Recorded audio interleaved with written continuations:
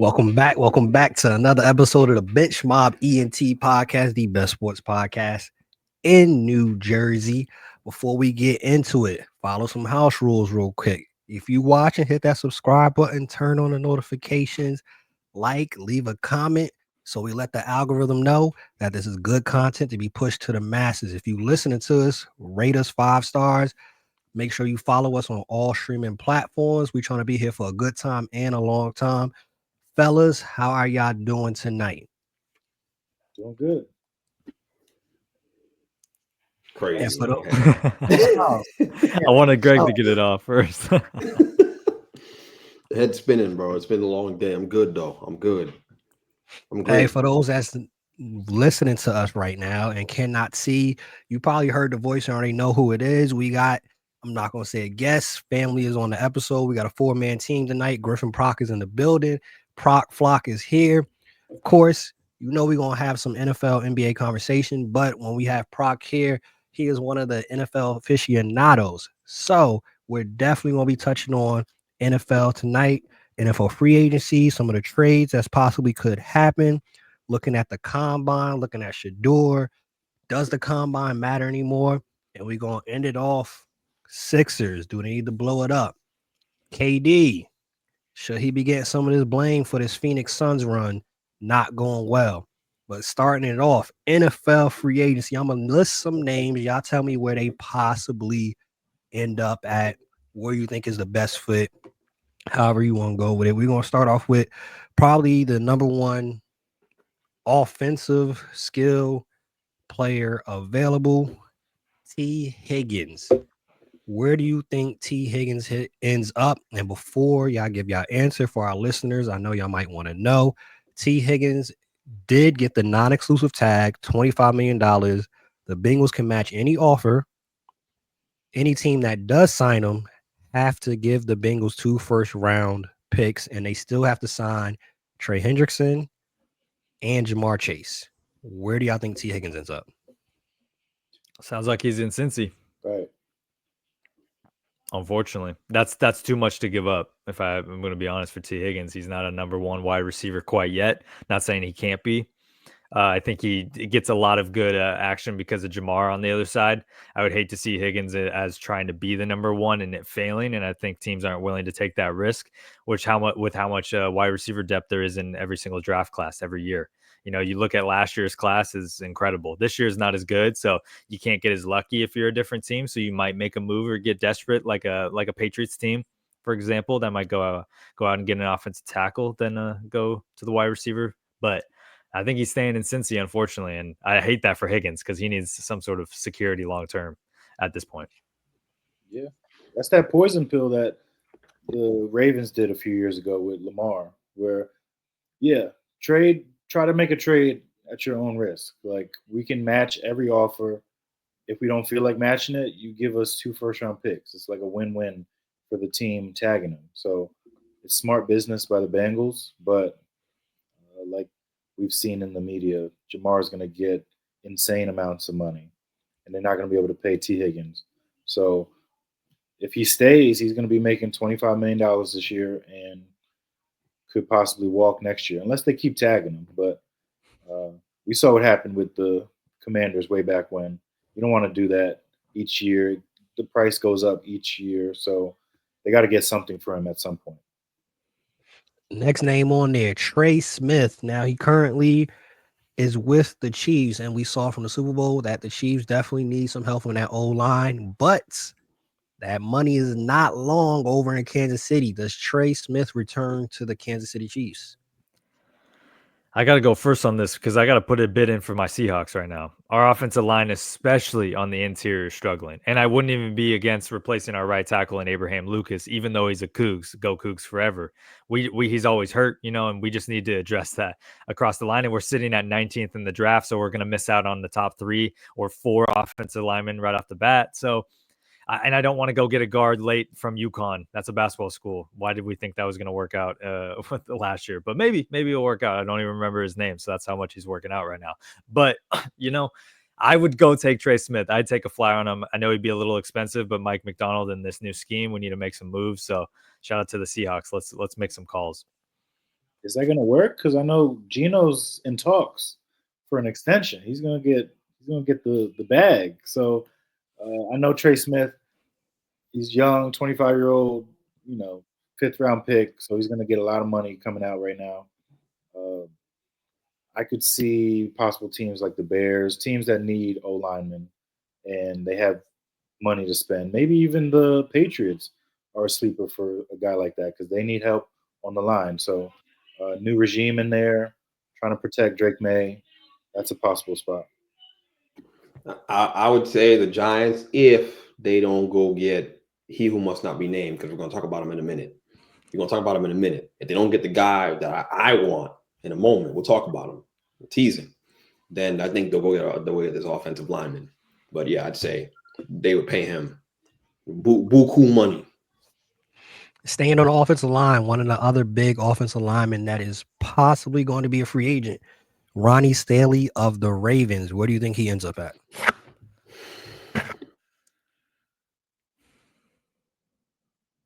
I really don't have a spot for him, to be honest with you.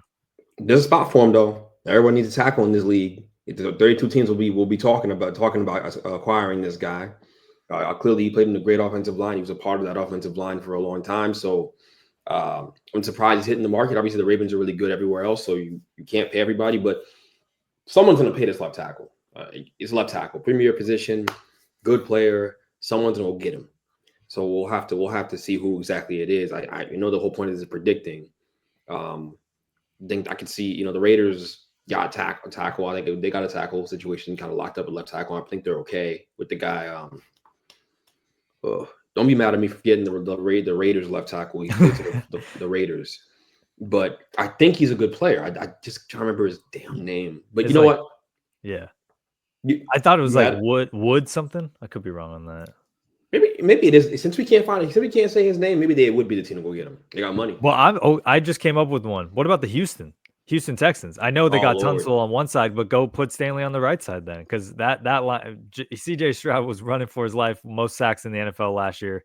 And if they're looking to bounce back and D'Amico wants to keep his job a little bit longer, we cannot have that type of season. We need to go back up, got rid of Slowick, and go from there. I think that could be a good spot.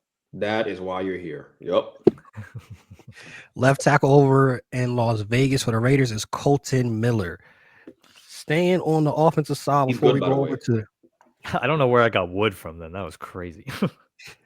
Staying on the offensive side before we transition to some of the defensive players that's possibly on there. We're going to stay in that wide receiver room. Chris Godwin, he dropped fewer than 6% of catchable passes in 7 of his first 8 NFL seasons. Does he return to Tampa? Nah, he's out of Tampa. He not because they don't want him. He just is going to be a little pricey for what he's looking for. And I think he's going to be the next.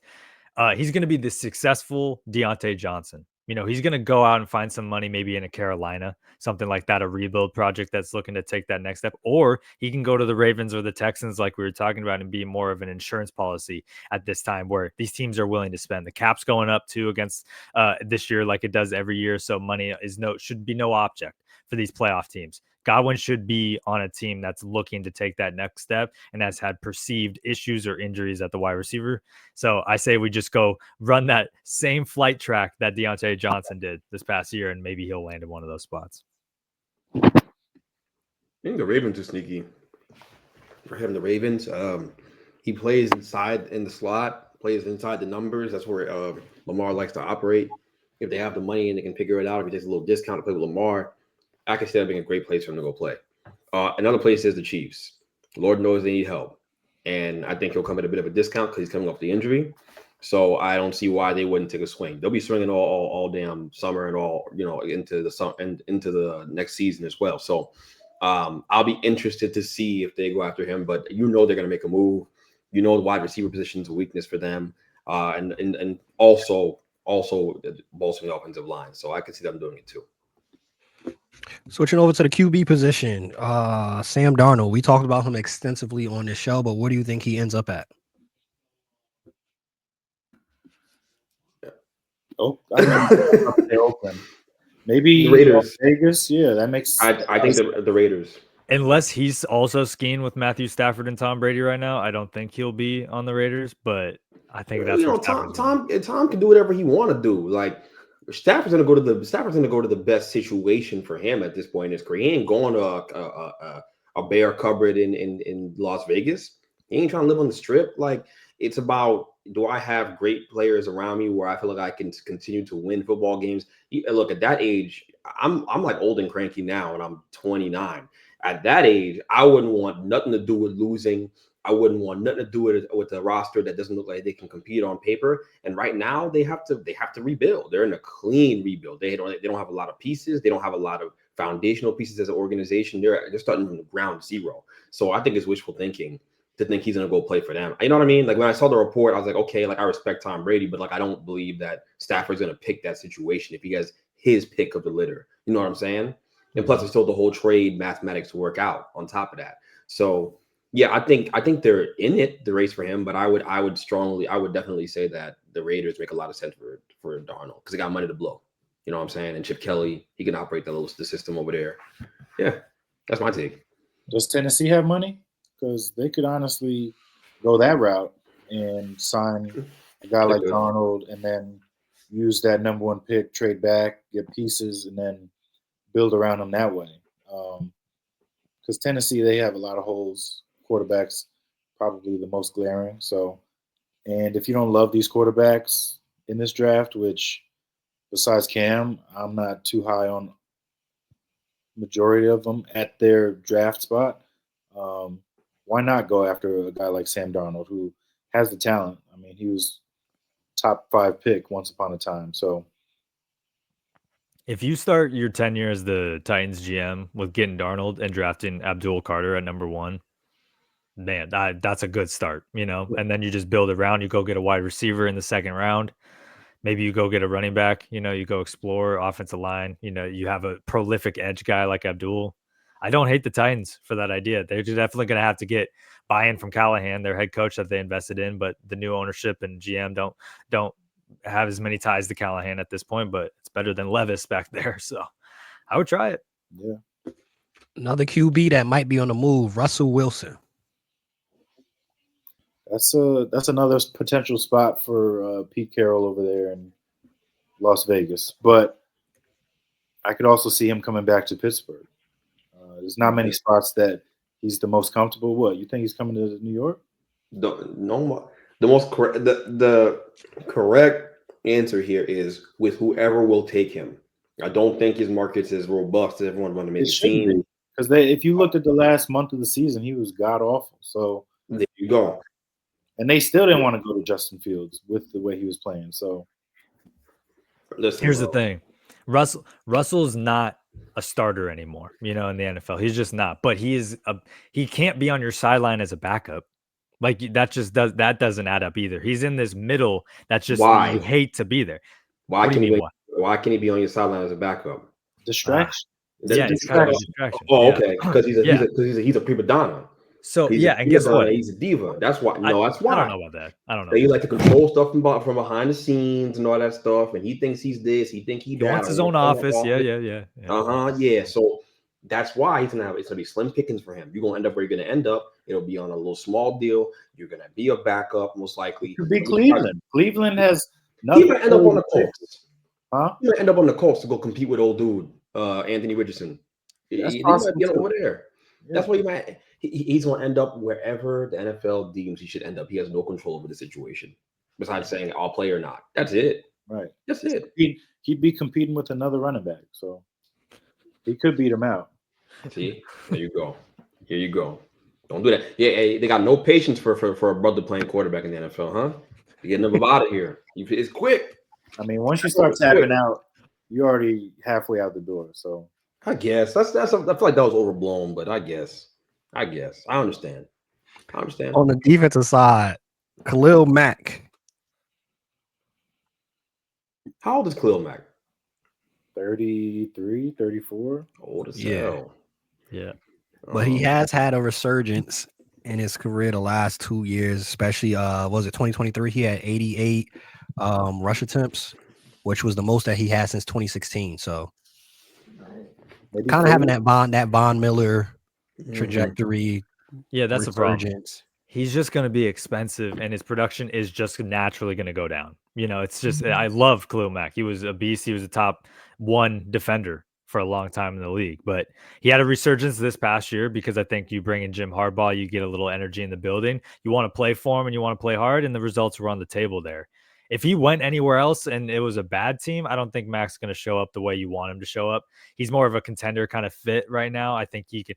You could see 2 different ways here. You could see where he could become the next Brandon Graham, where you're just like, he's on the Eagles and you love it and he's old, but he works hard and whatnot. Or he might just run out of steam and run out of love for it, like most great guys do, and he just becomes expensive. So I don't know. I honestly, you could put him anywhere because he's that versatile. On any team would take his bill, but how long do you want that on your cap?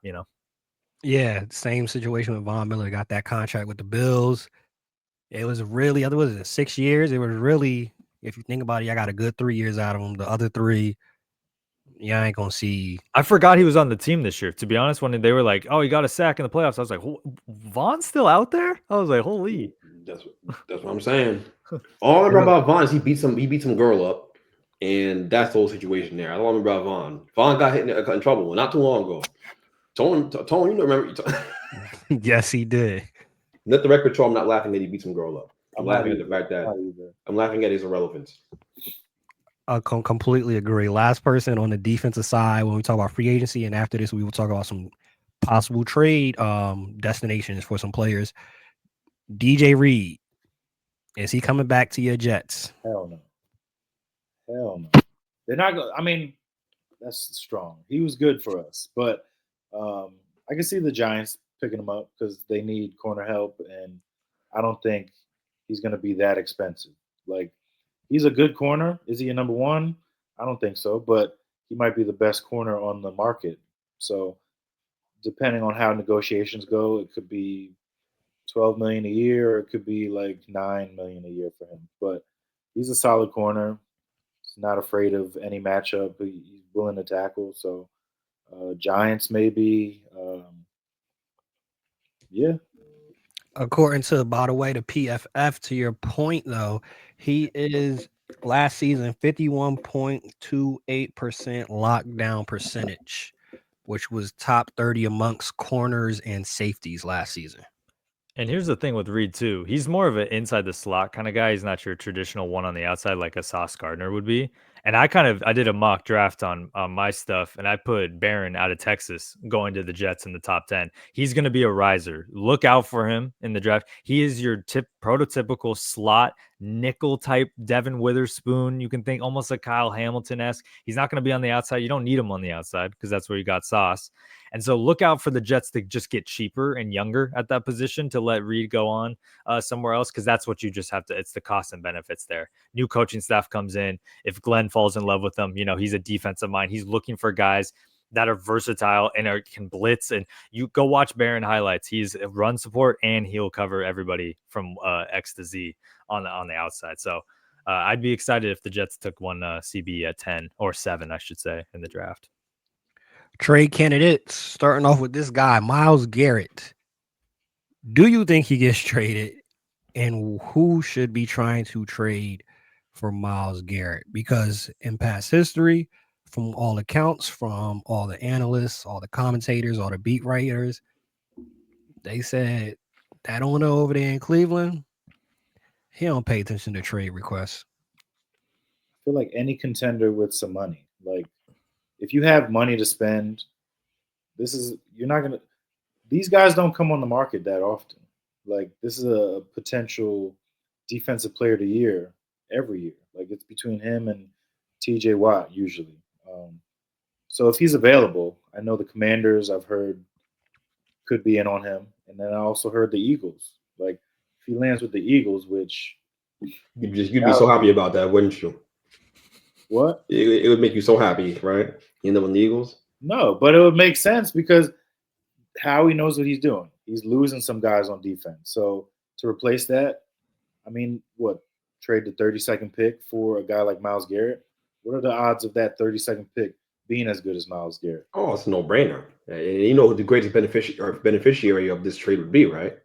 You're going to say Jalen Hurts, huh? Yes, I am. Yes, I am. Yes, I am. I was going to say anywhere but the Eagles for this trade for Myles Garrett. Anyone, please, just anyone, please trade for this guy outside the Eagles, not the Eagles. Anyone else, I beg, like Jesus, please, anyone.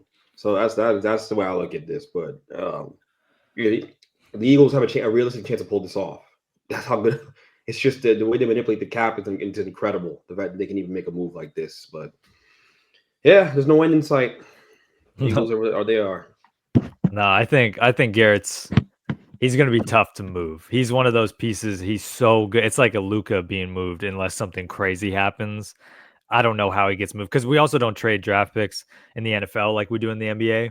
So teams aren't going to take the 32nd pick in the first round and be like, yeah, that's a first round pick that we like. They're going to trade with the top 10 team. Like if the Raiders want to throw some money at him or, a team that has a better pick to go. So honestly, I think Garrett might take a year off if nothing changes. Like I just Le'Veon Bell this situation, just retire for a minute because guess what? You're better than Le'Veon Bell and you're more valuable. Take a little Hassan Reddick, if you will. I don't know. I don't know. That's a tough one for me. I don't think he would sit out. I think they'll try to figure something out because this team is not close to being a contender. One, they got Deshaun Watson's contract on the books, which is eating up cap space. So, and then he's not going to play this year. So, another guy that might be traded for them that they could look at is Kirk Cousins because that's a guy who can be a starter for you this year and then cut him next year. But they got to get something from Myles Garrett. Like he's too good to waste away on a team that's going to be 3-14, 4-13 max next year. So yeah, they could hoard him all they want, but at some point you got to start dishing out some of these, like him, maybe even Denzel Ward. At some point you look to move so you get some pieces because the end was a long time ago. Like once they let Baker go, things kind of went off the rails a little bit. So, yeah, the Browns got to do something. They're cursed. I'm convinced. Is that the only time in history we hear once Baker left, it went off the wheels? Is that the only time we hear that in history? Yeah, That's I love accurate. Baker. Cooper Kupp. Welcome to the Las Vegas Raiders with your friend Matthew Stafford. That's where they're going. it's possible. I can see that, but those are some heavy pieces to trade, and I'd wonder what a trade would look like for that. Because one, Kupp's deal, he's got money still. Stafford's going to need a new contract at some point. I don't know if Brady and company would be willing to bring in Cooper Kupp, who hasn't really shown he can stay healthy outside of that one season. So it's a gamble. I like Cooper Kupp on maybe like the Bills or something like that. A cheap, they might throw like a 4th or 5th round pick at the Rams, and if he stays healthy, shoot, Josh gets a number 1 receiver. If not, you gave up a 5th round pick. This question comes down to who's more desperate between the team. I think Griff was on the right track. I don't think it's the right answer, but I think it's the right track. And I think that it's between the Giants and the Raiders and who's more just hungry and desperate here. I think Giants are, and it's not a good thing. I don't take pride in saying this. I just think it's the case. I think Joe Shane at the presser on Tuesday basically said, "Yo, like I'm trying to win games in 2025. I'm going to be aggressive." That tells me you're going after Matthew Stafford. That's the move. And if Matthew Stafford and Cooper Kupp really are a package deal, then it's a good chance they can end up coming here together. And not to mention neighbors over here tweeting, number 9, and I don't know what Cooper wrong sport. Cooper Kupp's number, I'm not sure. Is it number 1? Is it 10? Okay, 10. Yeah. There you go. 9 and 10, and he's over here tweeting cryptic things about it. I'm not saying it has anything to do with anything, but I'm saying it's a possibility this thing happens, and that team is desperate, and that owner is on. It smells blood, and they were this close to being fired this year. They had their job saved by the skin of their teeth.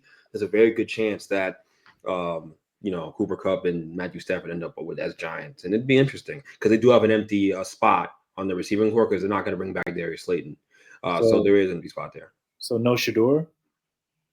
I don't know. That's the other thing I want to talk about this. And Miles, you're making us go off the rails. You're trying to mess up the whole situation here. I'm just because you're trying to stay on schedule. But since you brought it up, the the overwhelming feeling I have with this situation, with this quarterback class, is that the league just doesn't like him. The league is, if we're talking about Aaron Rodgers, Matthew Stafford, where these guys are all going, and we're not talking about these top quarterbacks, and we're talking about these guys going to teams that are quarterback needy and they're at the top of the draft with the Giants and the Raiders and whatever. Like, there's no conversation about a team trading up. There's no real smoke around that yet. None. All we're talking about is where Matthew Stafford is going, where that domino's going to fall. And so if the Giants went after Stafford, to answer your question, I think they'd go with the best player available at 3, whether it was Hunter, whether it was whoever. I think they would. And they'd punt the quarterback of the future thing down the line. I do believe there's a chance that happens. There's also a chance they draft a quarterback and just fill the room, because the room is terrible. There is a chance that happens, but I'd be interested to see what happens there. I am curious about, and I know we haven't talked about this, and I really want to talk more about it, what our thoughts are on Cam Ward and Shedeur and what their outlook is as pros, because the league consensus is not like being kind to those guys. It's just not, right? The way these analysts feel. So I don't know. And you can read the tea leaves. That's all I'm saying. That was the next topic. Let's dig into it. Griff, talk to me. What Greg was saying. I got you. No, I got you on that. So what's interesting is the league views Sanders as closer to a Jackson Dart or the back of the class than they do to a Cam Ward in terms of upside. Think about when you walk. This is why they don't like Sanders. What about you gets excited? Is it his physical ability? No, he's 6 feet, normal weight class, not super fast, athletic, and he's running away from college guys barely. So he's not going to be able to get away from guys at the pro level. We even saw Caleb Williams, who was a master of getting away from people in the college game, not be able to get away in the NFL so far. And then he doesn't have an electric arm. Cam Ward has an electric arm. He can let it fly any position. He's almost too casual with his arm. And then you look at everybody else. Sorry, I'm getting a little choked up about it. No, when you look at everybody else, Jackson Dart has a similar, if not stronger arm. There's guys about this Shuck kid, Tyler Shuck out of Louisville, 6'5", Justin Herbert type kid. That this is why Sanders is not at the combine this week. Because if he has to do the underwear Olympics against other guys and we're just watching arm for arm, you're going to see a lot of more Joe Miltons out there that people are going to get excited about than Shedeur Sanders' accuracy with a 5-yard in breaking route and Travis Hunter on the side during his whole college career. And, his time before that at Jackson State, there's just nothing you get overly excited about on a comp perspective with Sanders. It's not that he can't play the game. You're just essentially drafting like a weaker Russell Wilson in a sense. Like even a Russell Wilson had a huge arm, like he was known for letting it fly. But you go back through Sanders' highlights, he's not letting it fly. Travis Hunter is coming back to the ball and catching this thing. So I think Sanders is a round 2 prospect. I don't think he's round 1. I don't think the Raiders should take a shot at him. I don't think the Giants should take a shot at him. I think if you're going for upside, you take Ward or you move and try to take him. But I'm like, I don't know about that. So I'm not hating on Sanders. I just think why people become busts is because we have unrealistic expectations. And that's what's happening here. Some teams are going to get unrealistic and decide that they need to because of position of value and go from there. But I'm wishing nothing but the best for the kid. Miles, your team Cam, right? Over Shedeur? Oh, for sure. Yeah, I think Cam at least has the strong arm and shows the off-platform stuff that we've grown to love over the last 6-7 years. So he's definitely the top of the top. But if you were to put these two guys in the draft class last year, they might be back end first, maybe second round guys. Because I don't think you're taking Cam over like Bo Nix. Bo Nix is pretty good. But I know Greg is not that high on him. Maybe he should have been, because wouldn't be in this position if someone else was running things. But I think the class last year was a lot better than what we're seeing this year. Like this is, if you're looking at people's rankings, Shedeur's maybe 30s, 40s as far as a top 50 goes, and Cam, in the teens, 20s range. So if you're at the top, you kind of feel forced to take a quarterback, but the best thing to do, maybe wait. Like the class next year is going to be a lot better. So that's why you say people aren't going to trade up. They're not talking about trading up because if they fall, so be it. But I'm not going to trade future picks for guys who are second round projects, maybe, that you hope can be starters at the next level. Projects is crazy. Projects is crazy. On Black History Month, no less. That's nuts. That was wow, Miles. You outdone yourself today. That's crazy. I couldn't believe you said that. I mean, I didn't collect myself. Cam Ward, from what I've read, would have been by some scouts would have been picked before JJ McCarthy last year. No. That's from what I've read. No, he had like a 4th round grade. I was watching. He was on the Cougs. He was on my Cougs. This background here, I watched every single game of him. He was a 4th round quarterback. That man. Before he went to Miami, I'm talking about this version of Cam Ward. Oh, gotcha. This year, I'm not talking about the Heisman finalist. I'm talking about that guy. I'm saying, and by the way, I think that's fair. Okay, JJ McCarthy didn't do much. He handled the ball off. It was great. He made some nice throws. He has a good arm, but we haven't seen it. He's an unknown. He's an unknown. And I certainly feel higher about Cam Ward's upside than Bo Nix. That I have no question about. I think Bo Nix really went to the perfect situation for him with Sean Payton, who understands how to coach quarterbacks, and he went to a good team. So he looked good. That was year one. Year 2 is always harder. Just like, it's film on you. So let's hold off on the Bo Nix praise, please. But I will say I think Cam Ward is the more talented quarterback, and just from an arm talent standpoint, from the ability to generate velocity from different angles, like you guys talked about, all that stuff. I think they both have their wards. I don't think it's that either one of those guys aren't round 1 quarterback. I think it's just Sanders runs around and tries to create things more than he should, and he takes a lot of sacks.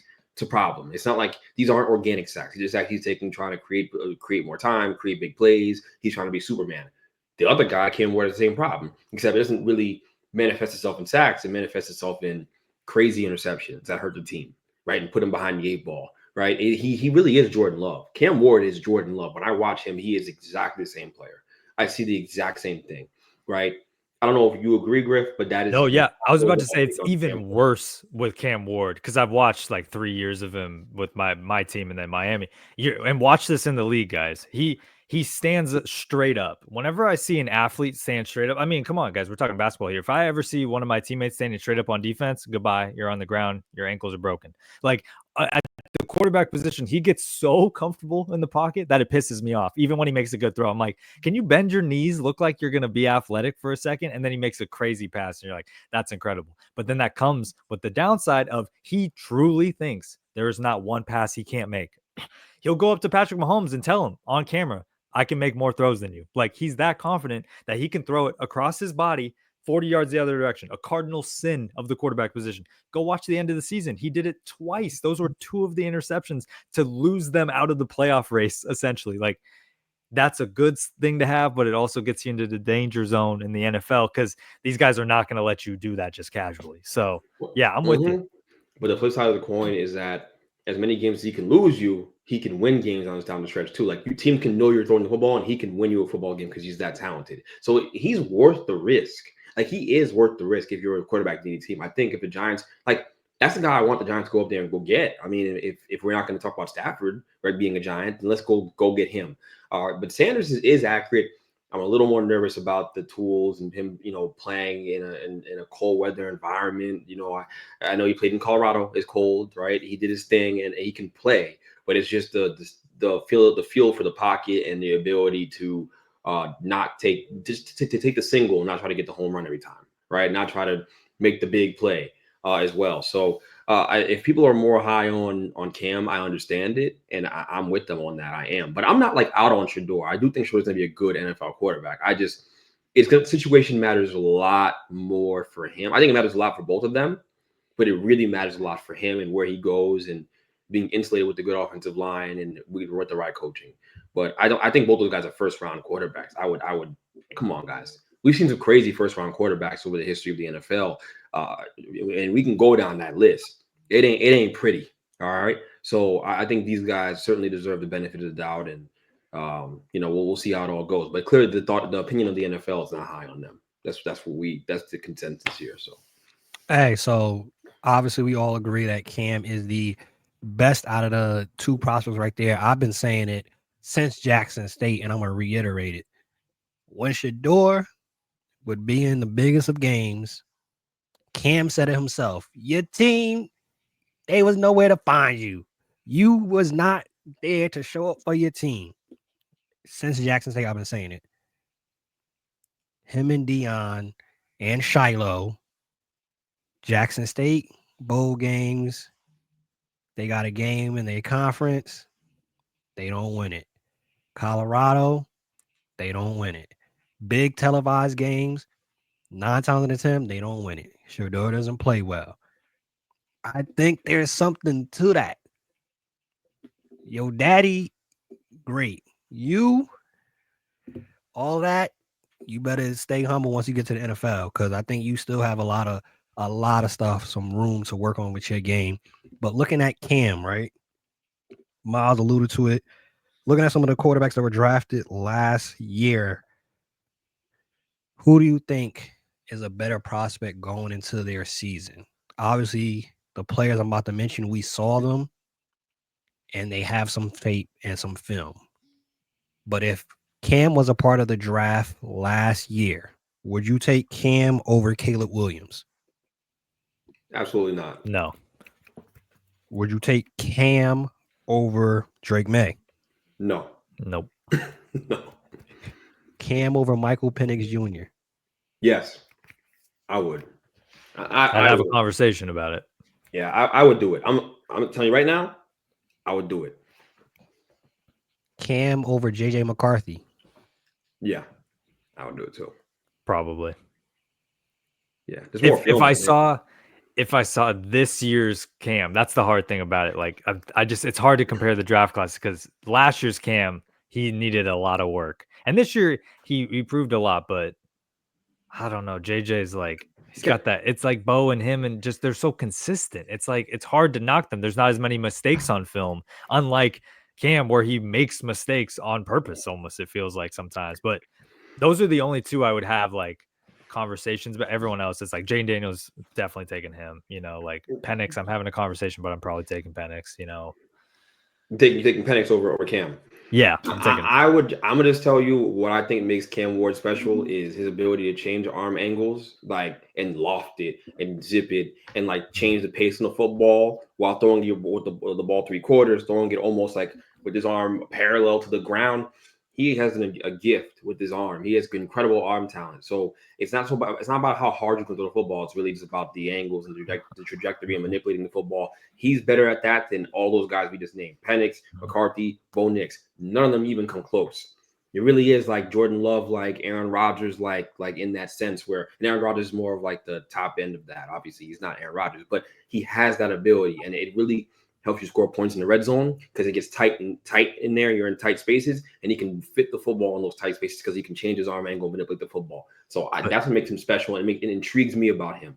Here's the downside of that, though. Sometimes like Bo Nix, we're always forgetting he was the rushing leader right behind Jaden Daniels last year. Like, that man's got some wheels. They ran the ball with him. Cam Ward's not running out of the pocket. He will stay in the pocket till the day he dies. He hates running, even though he can run. And so that's the thing. You can almost sometimes have too much talent, if that even makes sense, where you think you can do too much. And sometimes people are just looking for a quarterback like a Michael Penix that's just going to sit in the pocket and rip it, just deadly accuracy, powerful arm, not going to get out of the pocket. Penix learned that early in his career. He got hurt like every season before he got to Washington for those last 2 years. And now he's just a pure pocket passer. He'll get out and move if he needs to, but sometimes NFL franchises are just looking for guys that can stick and pick, just throw the ball, unless you are a Jaden Daniels, where that's where you're meant to, run and throw. Cam Ward's kind of almost got an arrogance to how much talent he has, and that's what makes it hard. To your point, I would watch the games too and be highly annoyed at the standing straight up. It literally is a huge just arrogance of, I'm not even going to have the right mechanics. I'm not going to do it how the greats, Tom Brady, has done it. They don't stand straight up. Peyton Manning doesn't stand straight up. I hear Greg's voice as Black History Month, so I'm trying to think of top tier black quarterbacks to mention. I was gonna say Jalen Hurts, but I didn't want to start that I'm conversation. saying y'all gotta be nice. Y'all gotta be nice. I ain't saying nothing bad about Jalen Hurts today. Y'all gotta be nice. You know, it's that time. I just said he'd be a beneficiary of a great move by his GM. I ain't saying nothing bad about him. In fact, kudos to him. Kudos to Jalen Hurts. No reason. He's not even on the docket. Somehow he got brought up. We talk about the Eagles. What you mean? You don't do that. We're only Talk about the defense. The only person obsessed about Jalen Hurts here is you. No way. You're more obsessed because it's crazy. I feel like we've been talking about him since December.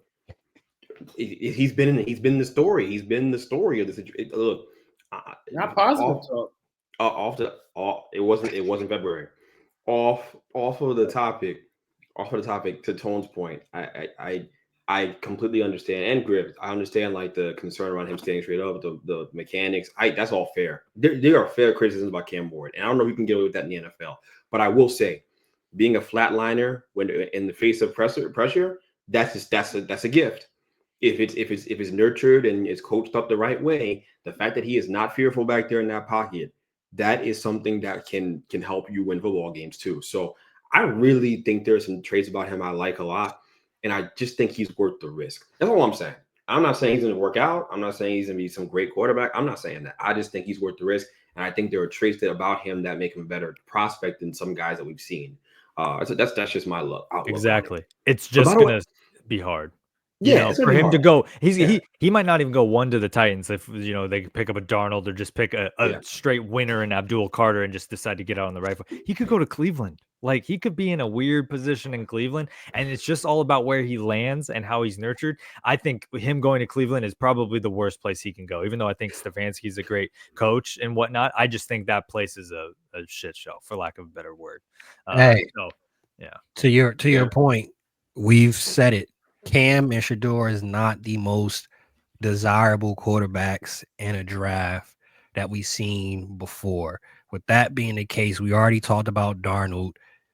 If you can't get Cam, who is the better prospect, another option up there is Matthew Stafford. If it's not the Giants, if it's not the Raiders, or even if it's the Giants and they decide not to go with one of those quarterbacks, where are the best landing spots for Stafford? It's pretty unbelievable that they're haggling with him about this money, considering that they were the closest team in the playoffs to beating the Eagles, right? Even in adverse situation with bad weather, all that.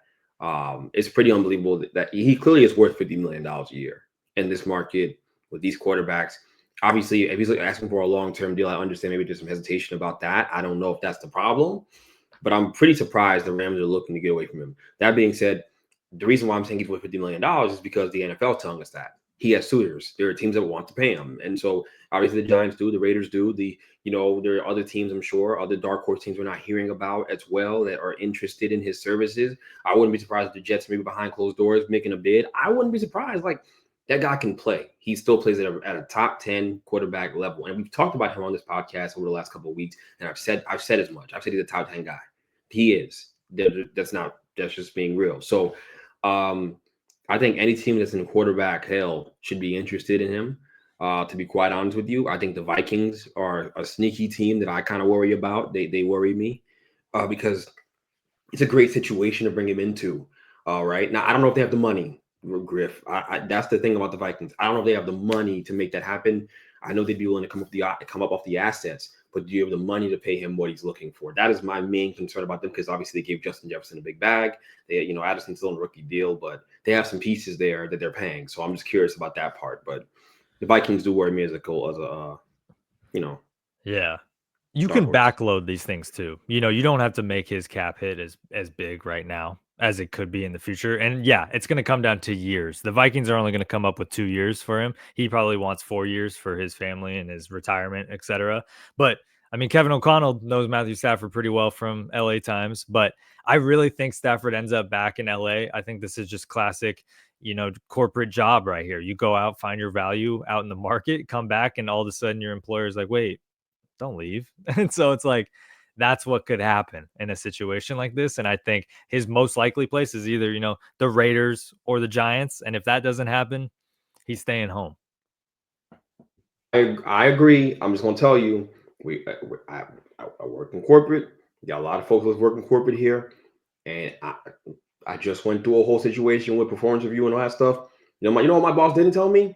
Yo, go out there and go see what you're worth. Now she said, please don't leave. Like that's what she said. That's what they tell you. If they telling you go look for another job somewhere else, you better start packing up your stuff because at some point the axe is coming. So I'm telling you, if they didn't think he was worth $50 million and they said, yo, like, nah, you're not worth all that. Go ask other people what you're worth. If they're saying that, I just think he needs to be on 10 here and he can stay on his toes and look around because I think that the Rams are like looking to make a move. Like they're looking to make it to switch things up. They don't want to pay him. That's just me. But maybe they will pay him. I know he doesn't want to go anywhere. I know he wants to live in LA. And I can see why. That weather's nice. I can see why. But we'll see. We'll see what happens. I'm just saying. The Rams are playing with fire. Fair? That's all I'm taking. Hey, so staying in the vein in the conversation of trades, looking at the NBA side, should the 76ers consider blowing this whole thing up and trading the likes of a Joel Embiid, a Paul George, just to give some context? They're 20-37 so far this season, 12th in the Eastern Conference. In the Eastern Conference, I repeat, 12th in the Eastern Conference. Joel Embiid has only played 19 games. I just mentioned they 20-37. That's 57 games. He's only played 19. Paul George, on the other hand, has doubled Embiid's game. He's played 38 games, but he is only averaging 16.2 points per game. His shooting splits are 43, 35, 81. And y'all already know the famous stat that he has more podcast episodes than shot attempts this season. Should the Sixers consider trading these two and blow this thing up? You can consider trading them. Nobody's gonna take them though. Like what? Where are you trading them? Like Embiid is on an insane extension that's not even gonna kick in yet. You're not even gonna face the music of that contract for 2 more years. And then you look at Paul George, who decided today, I'm gonna stop podcasting after we just heard from Shams that Embiid might shut it down with surgery on his knee because Paul George wants to win a chip.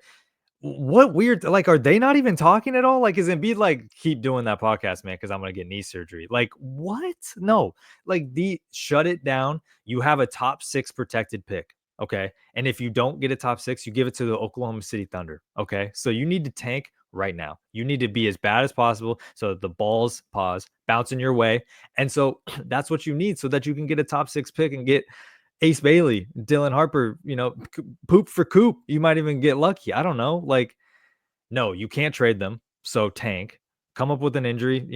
Paul George's finger has been hurt all year. That's right. He had like a tendon thing in his finger. My fingers hurt every day. Like, let's go out. Come on, Paul. Let's go play. And then you look at, come on, you know what I mean? Like, nobody's trading for these two right now. Nobody. Well, I think that goes to the amount of episodes he's done. That's why it's been a finger injury more than likely. Yeah, I think for Joel Embiid, like Griff said, that deal is insane, along with a lot of other contracts in the NBA. But his is even worse because he doesn't play enough. Like a guy getting paid that much money to play 30, 40% of the games, if you're lucky, is not really helping any teams out there. So all the potential of this team wasted because Joel Embiid you can't even say it happens here or there. He just can't stay healthy. He's a player who can't stay healthy for a full season. The one time he did, he won MVP, but every other year he can't make it. Paul George, I don't know. LA must have known something letting him walk last year because they look really smart because this guy's getting paid $45 million to average Tobias Harris numbers. That's just Philly's luck right there. But you're not going to get much for them if you're even able to trade them at all. Because with this new second apron, most teams are afraid of going over. Like, you're trying to trade for these guys if they're really good. Like, these are not Embiid's a star still. Paul George, I'm not putting him in that category anymore. The star has kind of faded on him a little bit. You could say the knee hyperextension early in preseason might have affected him, but I don't know. At some point, these guys start to decline a little bit, and I mean, clearly he hasn't been as focused on basketball as you would want. So, yeah, you're shutting down the podcast. Season's almost over. We got like a month left. You should have done this in training camp. If you were really focused on winning a championship, I'm about to lock in. You're not a serious player. What you locking in on now? Yeah, what are you locking in on right now? Like, Embiid is out, unless you didn't know that because you're so focused on ratings. And Maxey can only do so much. So, I don't know. Philly, I don't feel bad for them. They put themselves in this position. It is what it is. They have a way out, though. The pick they have is top 6 protected, unless it, or if it isn't, or else it's traded. I believe. I don't know if it's OKC. I think it's OKC, right? So my answer here is simple: you shut both those fools down, right? Especially Joel Embiid for his own good, because the surgery details of what he might have to do to get back right are crazy. I think there's one option where he might get his hip broken to realign it. I heard that. I'm like, listen. He is a walking walking red cloth across his emblem. He is a rock. This is a bad situation with Embiid. He literally, he should stay at the hospital until everything's right. Let's figure it out. Let's get you back right. And then he has a good year, and then you trade him. Right, one good year, you trade him. You can't sell low. You're not gonna get nothing for him, like Griff said. But with Paul George, I'm shutting him down. I'm shutting him down. I'm out here trying to lose basketball games. I know that we don't try to lose. And I know teams don't try to lose. I get it, but the Wizards are doing a damn good job at it. They're doing a damn good job. The Blazers are doing a damn good job at it. You know what I'm saying? And the Pelicans, they've embraced it. They've embraced it now at this point. Although I think CJ is doing his best efforts to mess it up, and Slim Zion. But for me, I just look at this like you got to try to get that pick within the top 6 and then keep that pick. And if you get lucky, maybe you go get a Dylan Harper. Dylan Harper would be redundant, but a Cooper Flag, right, and pair him with Tyrese Maxey. Now it's up. Now the whole outlook of your organization has completely changed. So that's what I would be doing. I'm playing those odds as opposed to trying to win basketball games now, get into the play-in and do what? And you got half of Embiid. Embiid is literally cut in half. He's like, what are you gonna do? So I think the answer is easy for them. I think Sixers fans have grown tired of Embiid. I just think they're over it, and it doesn't take much to get them upset at you. But they're a miserable group of people. But you can see that the marriage is over. It's free. They're sleeping in different beds. They don't sleep together no more. They don't want to touch each other no more. They don't go out on date night no more. It's not going well. They don't want to cook together no more. There's no more babes. All that's done. Like that era is over. It's now we're headed towards the nasty divorce. And now we're talking about assets, splitting assets, right? And that's where we are now. So that's the analogy I'd use for this situation. 1,000%. And shout out to his agent for getting that contract done. Because when it happened, we all was like, I get it, but at the same time, what are y'all doing? You gave him that money. If anybody, you should have played hardball with and made him wait and said, you know what? We need to see back-to-back seasons of you being healthy. Then we'll give you the contract. And if you have an attitude, this is the case where we say, go see where else you can get it from, Joel. And I said it when it happened in the summertime. Ain't no way that Sixers organization should have let that man play in the Olympics. This is why we're at where we're at right now. They should have sat his fat behind down and said no Olympics. Any good organization would have said, hey, my boy, we'll make you a gold medal and customize it. Put your name on it. Make it seem like it's a real one. But we signed Paul George. We got Paul George coming down the pipeline.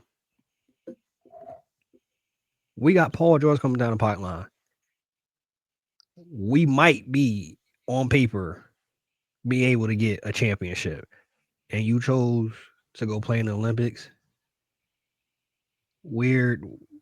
I was just thinking that yesterday while I was watching the Olympic thing on Netflix, and I was like, this idiot played in the Olympics, like, and he's got all these red flags medically, and he chose to go do that instead of getting healthy for this season. Yeah, you're right, Tone. My bad. I don't want to cut you off because you were cooking. Like, it made no sense. You look at it on the other side, the Clippers and Kawhi wanted to go, but hey, come back home, boy. Come back home. This is not what we need to do. And they don't have a championship possibly on paper in their future. And that decision was made of Kawhi come back home. Actually, you know what? That knee is starting to swell up in practice. Let's pump the brakes. You don't have to do that. That's not the best thing you should do, because honestly, what's more important, your day job is the NBA. The Olympics is extra. That's a luxury that you get to add to your resume when you actually put the work in, sir. Joel, the Olympics is a luxury.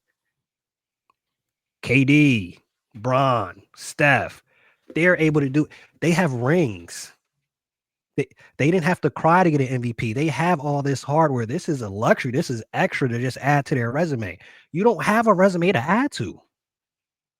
You haven't played, they said something like 60% of the games of his career possible. That makes no sense that you decided that you want to go to the Olympics.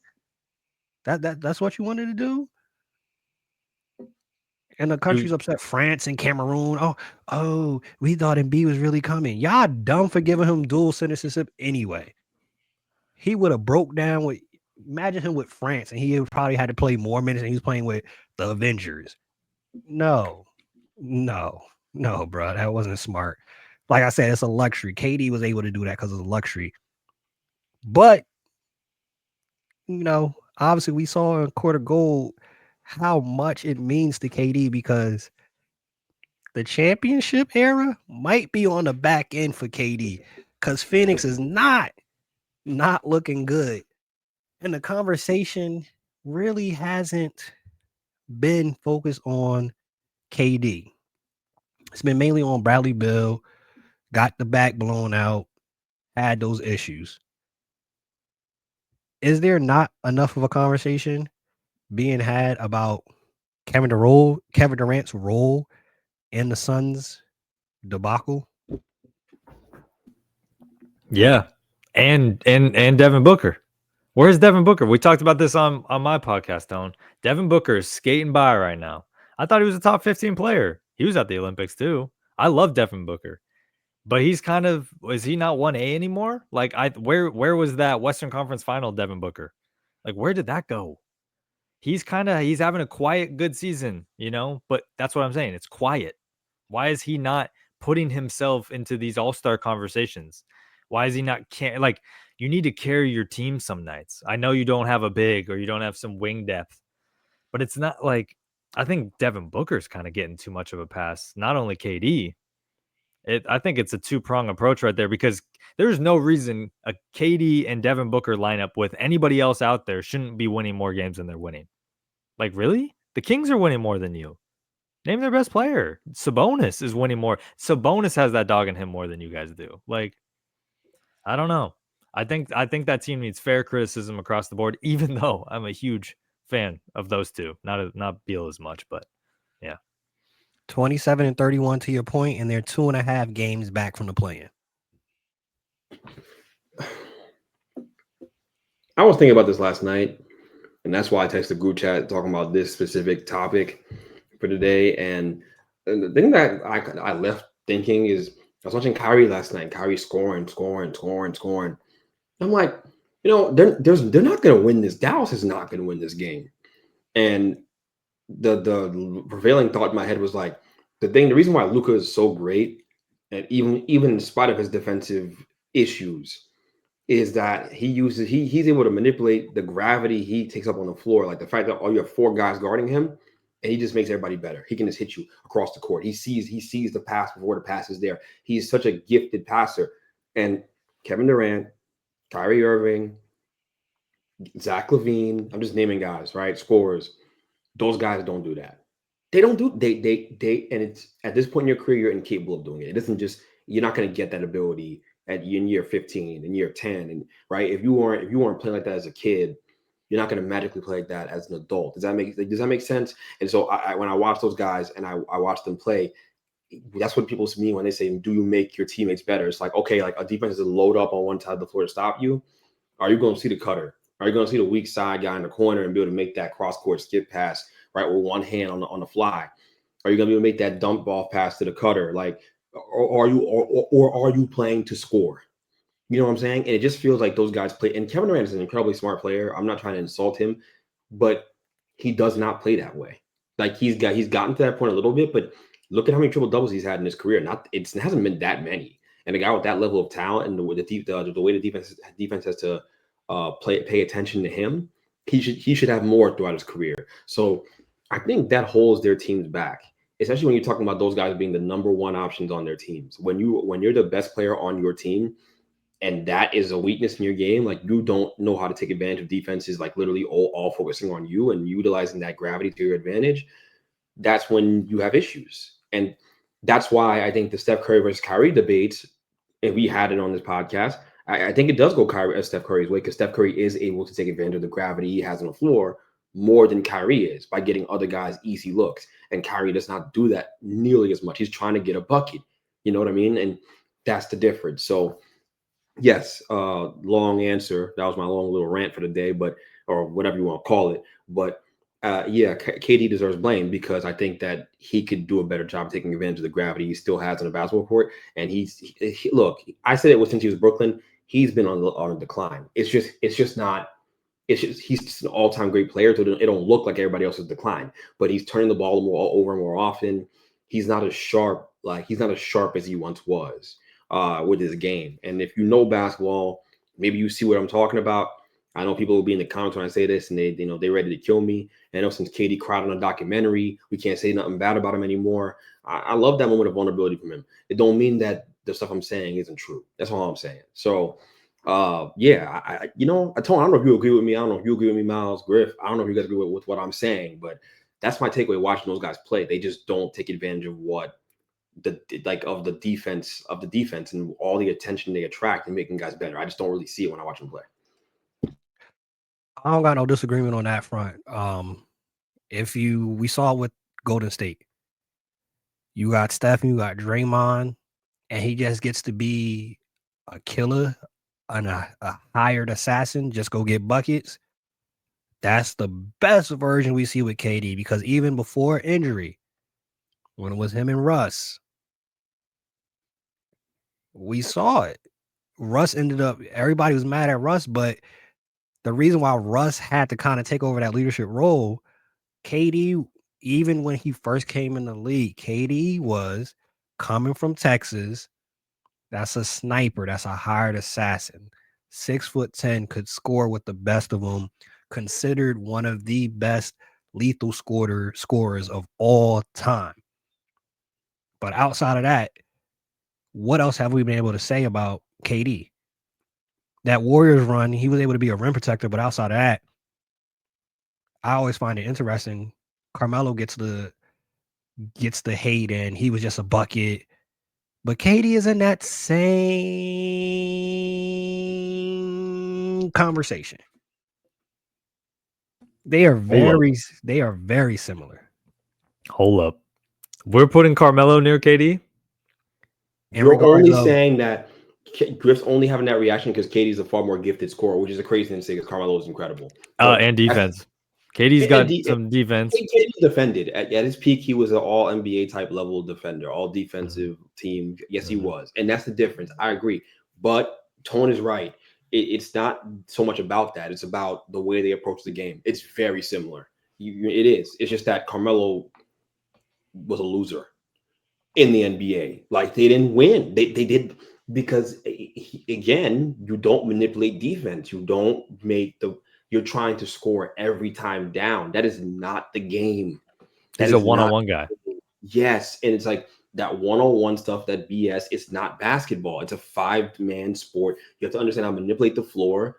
You have to see the play before it happens. You have to see, you know what I'm saying? Like, tell guys when to cut. Like, That's what makes LeBron so. Yeah, and I don't know. I'm gonna hijack this thing. That's what makes LeBron an incredible basketball, like the greatest player of all time. This guy right now is a top 3 MVP candidate in my opinion. Right now, LeBron James, they are 7-1 without AD or Luka, without his top running mate. They're 7-1 when he plays, and it's just him. He's playing all NBA, all defensive team defense in the last couple months. Honestly, guys don't score on a one-on-one on the island. At 40, he's kept that team afloat through all the changes, and he's adapted his game like a chameleon to all the changes, whether it's being off ball Luka or having to carry when AD's out with a strained toe, whatever the situation may have been with him. He has been incredible. He is a top 3 MVP candidate this year. I'm telling you, and he should make an all defensive team. Just continues this stretch here. He doesn't play defense in pockets. That guy plays hard. He plays hard every night. He does. All defensive team? I think at least a third. Are we going to forget the first 20 games then of the season? Because he was playing defense. I thought he was playing defense in those games too. I think there's a misconception. I thought he was playing defense in those games too. But I do think it ramped up, Griff, to your point. It ramped up when they got Luka because he understood, like, yo, I can win. Like, we can win a championship. We're good. Like, I'm locked in. Oh, and he's also like, we need a proof of concept this thing right away. So I'm going to show you 5 good games of it. And they're also selective in that realm too, because I mean, hey, drop one to the Hornets. You know, that was fluky. They allowed 100 points in that game, by the way, as a team. So defensively, you know. No, I think LeBron's great, but I think he's a microcosm of how much buy-in there is on the Lakers right now in general, because they buy in. JJ has got them bought in, like Rui's bought in. You know, you look at Finney-Smith. God, talk about underrated. Talk about Chris Dunn level underrated. Am I right, Miles? Like, dude, these guys are good. These guys can play defense and get your teams in the playoffs, like the Clippers right now. Love it. Hey, ending off the show with this, it wasn't on the docket, but I gotta ask because I don't think we talked about this, Greg. We talked about it in the chat, but I don't think we asked Miles directly on the show to give him the opportunity to talk about it. Your New York Knicks are 0-7 against the top teams. Oh, thank God you brought this up. Is there any concern for your New York Knicks when you talk about what the ultimate goal is? Y'all got Cat, OG, Mikal, Jalen Brunson, the Tank. The goal is to get past the Celtics and get to the finals. Any concern on your end? I mean, of course, there's concern. This is year one of the championship window, in my opinion. And there's still a lot of moves they can make. We've got guys coming back from injuries. So I'd like to see what happens when we bring Mitch back into the fold, that guy is incredible defensively. He's shifted series our way. You can look at the Philly series with Embiid. You can look at that Cavs series from 2 years ago. That guy is impact all the way. So these next 25 games, get ready for the playoffs. We can't change the fact that we lost to those top 3 teams in the NBA. But playoff time, things can be a little different. So you hope that these guys are running on all cylinders. You make the adjustments during a playoff series that probably you're not making during the season when you're playing different teams every night. So I'm cautiously optimistic. I need to see them get through this next stretch. We play some tough teams coming up. So Jalen, step up. Towns, get healthy. OG, show me something. And Mitch, come back like a demon that you are, and let's go. I'm so disappointed. I was hoping that you'd be able to tell me what the hell is wrong with them instead of giving them a pep talk on the podcast. I don't know, Miles. I just want to know what's wrong with them, the Knicks. I've watched them play. You know, I'm still trying to figure it. I defensively, you guys are atrocious. You guys are atrocious defensively. You guys suck. There's no, and I don't understand why, because that's their calling card. I don't know if it's the Cat edition, and maybe but he played good defense over in Minnesota. Maybe it's the fact that he's not playing next to a 5-man like Rudy Gobert, so he can't roam the way he wants to roam. He has to actually fulfill the responsibilities of a 5 defensively, and it's hard for him to protect the rim. He's never really been a rim protector. You know what I mean? Maybe that's the real problem there with the team, and it's just that, and everything's out of whack because of that. Okay, I can hear you on that, but I don't understand OG, like, you got OG to guard Jason Tatum, and every time Jason Tatum saw OG, he was food in that last game I watched. And I like, what you know what I'm saying? Like, it's just like not one stop. Jason was cooking, and it was like clearly he understood the narrative of like, okay, well, the Knicks are gonna be a pain in Boston's rear end because they went and got these two great wing defenders that they can put on Jason to slow him down. And he just took it to heart and tore him apart on that Sunday afternoon game, right? From what I've seen in that game. So defensively, there's no level of pride, and there's no connectedness there. They're terrible in transition, getting back, and that's a look like we're getting into the territory where Thibodeau always gets in his career, where he takes the team, builds the team up, builds them up. They have a nice season or two, and then he gets fired because the team and eventually quits on him. And they like him, but he wears them down into the ground. And I think it all roots back to that. He always is fired for the same thing, but he's one of them old school coaches that we have across the NBA and basketball in general that will not change their ways no matter how many times it doesn't work. He will bang his head into a cement wall thinking it's going to get through the wall, and it won't get through the wall. He ends up with a bloody-ass head. And that's where we are right now in the situation. Bloody Thibodeau on the street looking for a new job. That's where we're going to get headed with this Knicks team if we're not careful. Well, it is what it is, right? But I don't know if you have any objection to that. I think they're terrible defensively, and I think that is why they are struggling against these really good basketball teams. That's my biggest takeaway from watching them play. I mean, yeah, my fault. I mean, we lost Hartenstein. No, I was about to say that. I was like, he was defensively, but defensively, was he a great defender though? That's not my takeaway from Hartenstein. I think he was a great. That's why OKC went and got him. The defense. He was a rim protector. He worries me at the rim. He's like, Tone, you scared of Hartenstein? Better than Karl Anthony Towns. Towns has been AD. I want to play power forward my whole career. That's been Towns. But I think Hartenstein's an incredible rebounder. He was so valuable to them. But I thought because of his rebounding ability, it's what made him special and his ability to pass. I did not see him as a defensive stopper. I thought Mitchell was a better defender. He was playing defense last year. Here's the thing. With that. He had big spurts in that in their playoff run where he showed the defensive aspect. He had a couple. I forgot who it was, but he had a couple people coming to the rim trying to dunk where he blocked. I agree in your regards, and his value of importance is rebounding, passing, and defense. He added to the part, and then we've seen it so far in OKC, especially when Chet was out. Defensively, huge, but I think also what plays a factor for Hartenstein specifically with the Knicks and with this OKC team, he's surrounded by good wing defenders.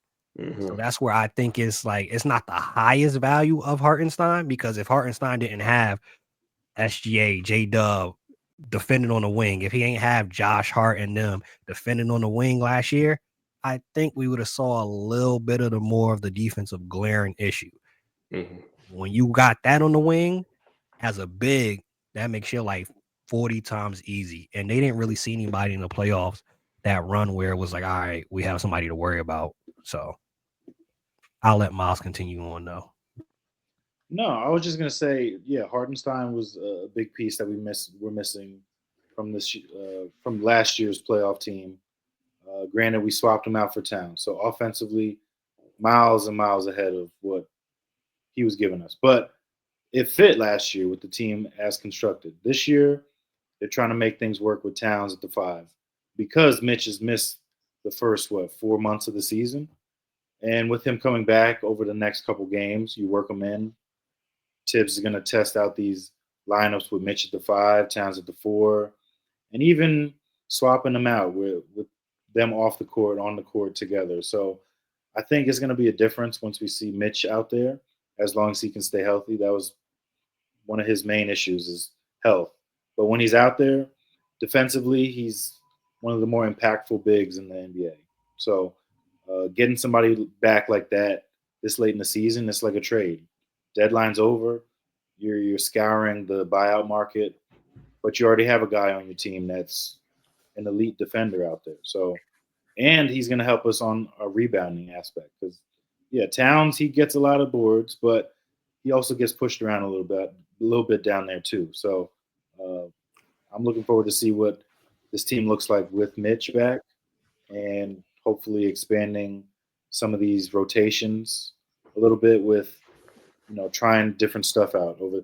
the next month, I'd like Tibbs to try out some other rotations, like more Deuce minutes with Brunson out there, because Deuce is underrated, wholeheartedly underrated. And when he's playing out there with these guys, he can either be that wing shooter or that lockdown defender out there on your number one guard out there. So playoffs come, Deuce stepped up last year.